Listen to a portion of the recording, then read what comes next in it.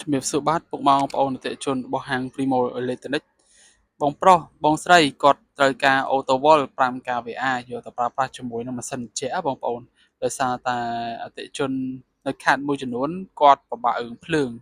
ជួនកាលបងខ្លះក៏អត់ប្រើមួយម៉ាស៊ីនត្រជាក់ទេគាត់ប្រើជាមួយនឹង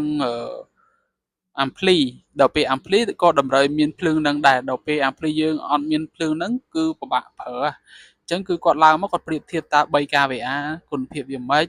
ហើយវាប្រើបានអីខ្លះ 5kVA គុណភាពវាម៉េចប្រើបានអីគេខ្លះអញ្ចឹងសម្រាប់ពុកម៉ែបងប្អូនដែលគាត់នៅគៀកហាងអីក៏គាត់ឡើងមកដើម្បីសួរព័ត៌មានលម្អិតអញ្ចឹងណាដូចបងប្រុសបងស្រីអញ្ចឹងគាត់សួរមើលតើតំណងគួរយកមួយណាគឺគាត់សម្រេចចិត្តយកមួយនឹងតែម្ដងហើយតកតងជាមួយតម្លៃគឺវាប្រែប្រួលទៅតាម kVA មួយ 3kVA ខ្ញុំលក់អត់ដល់75បងប្អូនណាហើយ 5kVA របស់បងប្រុសគាត់កំងទិញនេះគឺតម្លៃវា